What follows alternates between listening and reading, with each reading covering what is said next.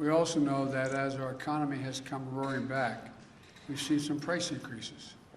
Some folks have raised worries that this could be a sign of persistent inflation, but that's not our view. Our experts believe, and the data shows, that most of the price increases we've seen were expected and are expected to be temporary. The reality is you can't flip the global economic light back on and not expect this to happen.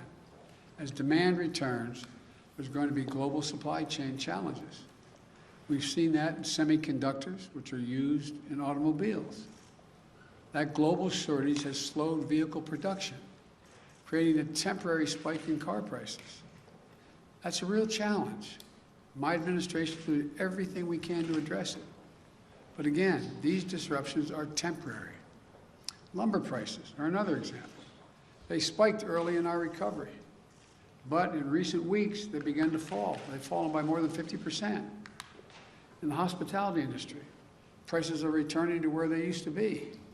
Economists call all these things transitory effects, and they account for about 60% of the price increases we've seen over the last few months. Now, I want to be clear. My administration understands that if we were to ever experience unchecked inflation over the long term, that would pose a real challenge to our economy. So while we're confident that isn't what we're seeing today, we're going to remain vigilant about any response that is needed. As I made clear to Chairman Powell of the Federal Reserve when we met recently, the Fed is independent. It should take whatever steps it deems necessary to support a strong, durable economic recovery. But whatever different views some might have on current price increases, we should be united in one thing: passage of the bipartisan infrastructure framework, which we shook hands on.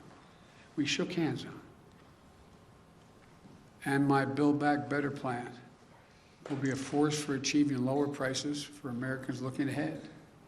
It's another reason why the investments are so important.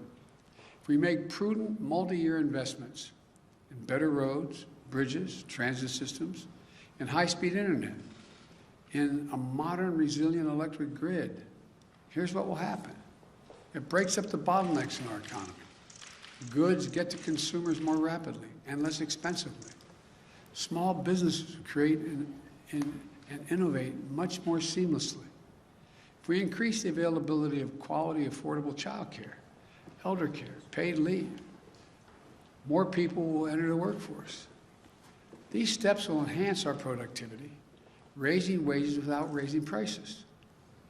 That won't increase inflation.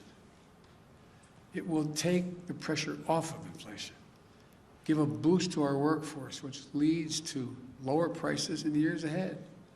So if your primary concern right now is inflation, you should be even more enthusiastic about this plan. And as we promote fair competition in our economy through the executive order I mentioned, it will drive down prices even further.